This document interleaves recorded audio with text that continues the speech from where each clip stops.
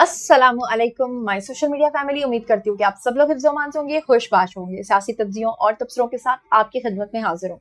तो जनाब, सबसे पहली जो आज के हवाले से मैंने खबर शेयर करनी है, लेकिन उससे पहले जो रन डाउन है वो मैं आपको बता दूं कि उज़मा बुखारी का जो मामला है, जिसमें उनकी डीप फेक वीडियो बनाकर एक न्यूड वीडियो, एक दूसरी खातून की वीडियो जो फलक जावेद ने वायरल की थी, आपको गुज़श्ता रोज़ मैंने बताया था कि कितने उनके जाली अकाउंट्स निकले थे। अब फाइनली उसमें फर्दर क्या डेवलपमेंट हुई है और फलक जावेद समेत जो 6 अफराद पकड़े गए हैं वो कौन है, उनके बारे में भी बात होगी। इसके अलावा आज मैंने आपको बताना है कि जो रिजर्व सीट्स वाला मामला था, पीटीआई का, उसके ऊपर जो 2 जजेस हैं उनका इख्तलाफी नोट आया है।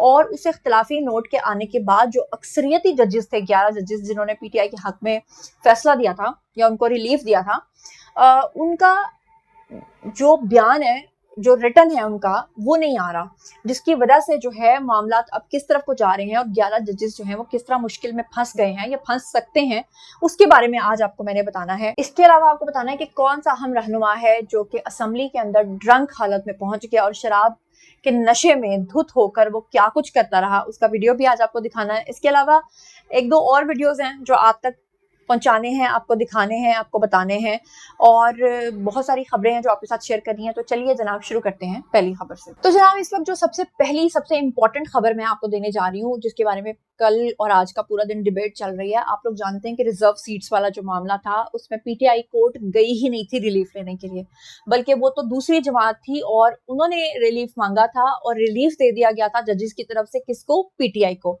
अब उसमें आपको पता है कि 13 जजेस का जो बेंच था, उसमें जो 11 जजेस हैं उन्होंने जो फैसला दे दिया था, वो जस्टिस काजी फाइज ईसा की, समझ लें, बुग़्ज़ में कह लें या जिस तरह भी कह लें, या उनको ऐसा लगा कि ये ठीक है तो उन्होंने पीटीआई को रिलीफ दे दिया, वो रिलीफ जो पीटीआई ने मांगा ही नहीं था।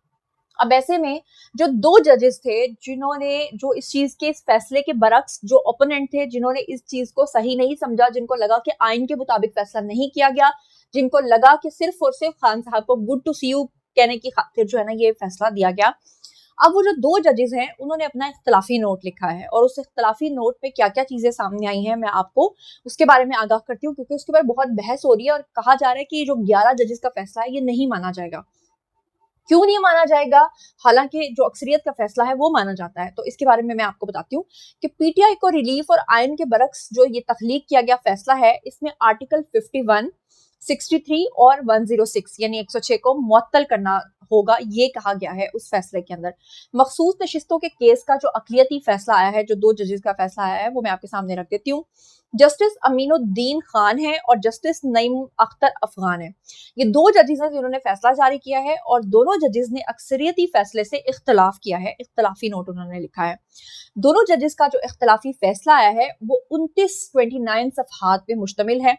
अकलियती फैसले के अंदर ये कहा गया है कि ये साबित शुदा हकीकत है कि सुन्नी इत्तेहाद काउंसिल ने बतौर सियासी जमात आम इंतखाबात में हिस्सा ही नहीं लिया था। हत्ता के सुन्नी इत्तेहाद काउंसिल के चेयरमैन ने भी आजाद हैसियत में इंतखाब लड़ा था। ऐसे में दोनों जजेस ने अकलियती फैसले से अक्सरियती फैसले को ताहाल जारी ना करने के ऊपर जो है वो बहुत सारे सवालात उठाए हैं और इख्तलाफी नोट के अंदर उन्होंने कहा है कि मुख्तसर फैसले के बाद 15 दिनों का दौरानिया खत्म होने के बावजूद, जो 15 दिन का अदालत ने टाइम दिया था उनको, उसका जिक्र हो रहा है कि 15 दिन का टाइम जो है, दौरानिया जो है वो खत्म होने के बावजूद अक्सरियती फैसला जो है वो जारी नहीं हो सका।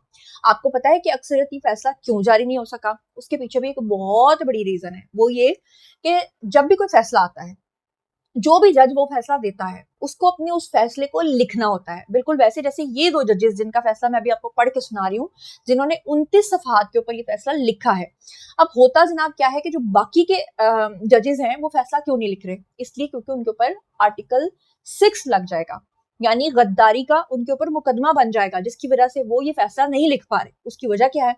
वजह ये है कि कोई भी जो जज होता है उसने जो फैसला आया होता है, जो फैसला करना होता है, वो आइन के मुताबिक, आइन के अंदर रहते हुए करना होता है। लेकिन यहाँ पर जो फैसला दिया गया है वो मावराए आइन है, और जब आप मावराए आइन कोई फैसला या फेवर किसी को देते हैं तो उसको जब आपने राइट करना है, वो जब राइटिंग में आ जाएगा तो उल्टा उनके ऊपर आर्टिकल 6 लग सकता है, गद्दारी का मुकदमा चल सकता है, जिसकी वजह से अब 11 जजेस जो हैं वो अपनी जगह परेशान बैठे हुए हैं और ये जो 2 जजेस हैं जिन्होंने आइन के मुताबिक इसके ऊपर इख्तलाफी नोट लिखा है, वो अपने मुताबिक जो है वो ये बात कर रहे हैं।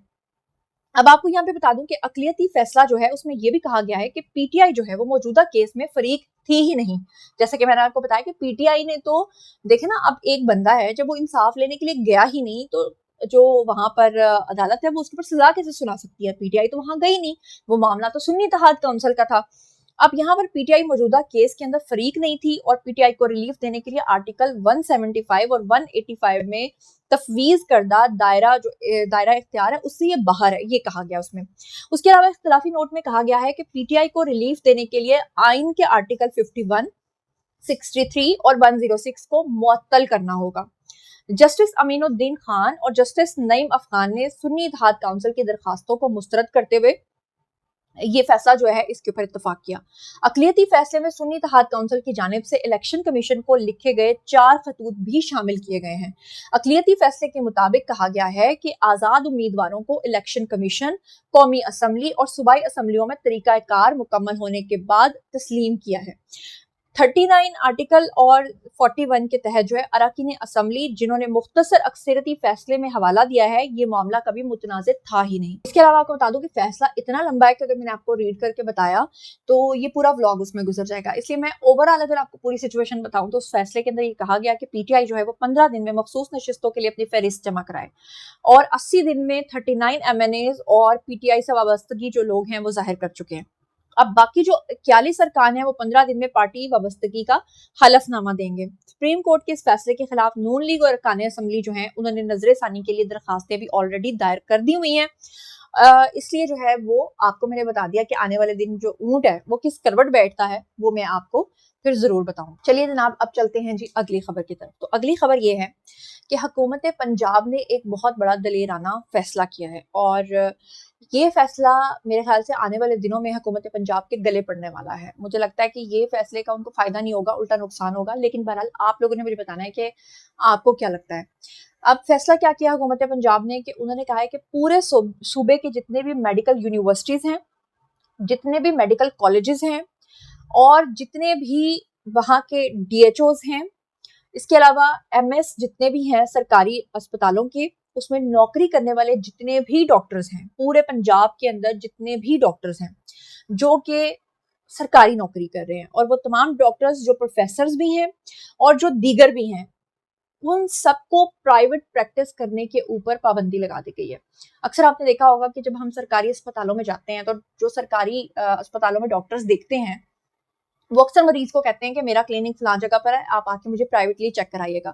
या अगर कोई शख्स ये समझता है कि वो सरकारी अस्पताल में इलाज मुआवजा नहीं करवाना चाहता या वो वहां पर सेटिस्फाइड नहीं है तो वो प्राइवेटली जाकर उस डॉक्टर से जो है वो ऑपरेट करवाता है। लेकिन जनाब अब इन सब के ऊपर जो है वो हुकूमत पंजाब की तरफ से पाबंदी लगने जा रही है और उनकी चेकिंग के दौरान जो है कोई भी, अगर कहा गया कि छापे पड़ेंगे और चेकिंग के दौरान अगर कोई भी सरकारी डॉक्टर इस चीज के अंदर, प्रैक्टिस के अंदर पाया गया, उसके खिलाफ जो है वो कार्रवाई भी की जाएगी और फौरी तौर पे उसको नौकरी से निकाल दिया जाएगा।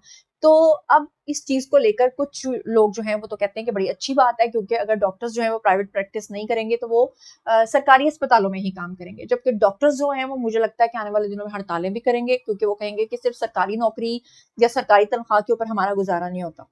क्योंकि डॉक्टर्स के मुंह को तो सीधी सीधी बात है, लग गया हुआ है खून, और वो बड़े बड़े प्राइवेट सेक्टर्स में काम तो करते हैं। तो अब मुझे लगता है कि आने वाले दिन जो है हुकूमत पंजाब के लिए थोड़े मुश्किल होने जा रहे हैं। बहरहाल अब मैं आपके सामने जो है वो एक और खबर रखने जा रही हूँ जनाब। बड़ी मजेदार 2 वीडियोस हैं, स्क्रीन के ऊपर आपको शायद नजर आ रही हूँ, शायद मेरा एडिटर है वो स्क्रीनशॉट लगा दे या शायद थोड़ा उसको ब्लर कर दे।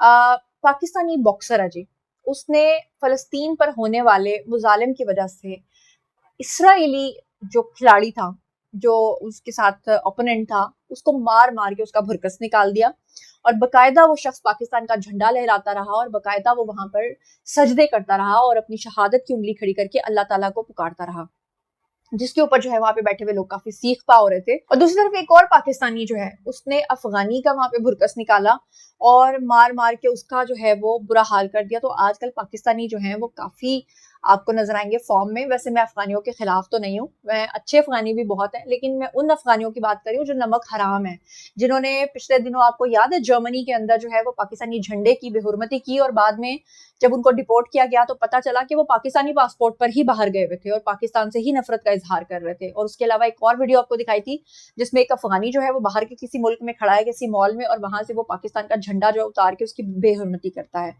और फिर पाकिस्तान के अंदर बहुत सारे होटलों के अंदर ये चाय बनाने वाले अफगानी है, और उसको एक शख्स कहता है कि तुम पाकिस्तान जिंदाबाद बोलो, तो वो कहता है मेरे लिए मुश्किल हो जाएगा। जिस जमीन पे वो रहता है, जहां का वो खाता है, जहां से वो कमाता है, उसी को पाकिस्तान जिंदाबाद कहते हुए उसको तकलीफ हो रही है। बड़े अफसोस की बात है, बड़े नमक हराम किस्म के लोग हैं। बहरहाल एक और बड़ी खबर आपके साथ शेयर कर लेती हूँ, जो कि आज की आखिरी खबर है।